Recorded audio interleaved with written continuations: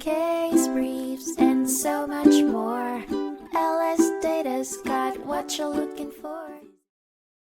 A legal dispute between a condominium association, Fairway Gardens at Tara, and the developer, Terra Manatee Inc., was brought before the Florida District Court of Appeal in 2003.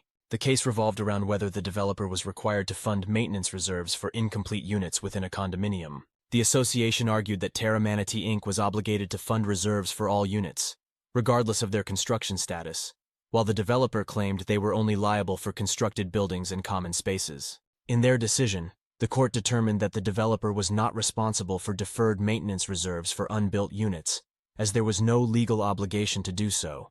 Prior to relinquishing control of the association to the residents, the developer operated under the developer guarantee provision, which allowed them to avoid payment of assessments from unsold units while remaining obligated to cover expenses incurred during the guarantee period. The court ruled that the trial court erred in granting the association's motion for summary judgment and reversed the decision, directing the trial court to enter summary judgment in favor of Terra Manatee Inc. The court determined that since the developer wasn't required to fund reserves for unbuilt units, the association wasn't entitled to the full judgment amount they had sought. Case briefs, and so much more.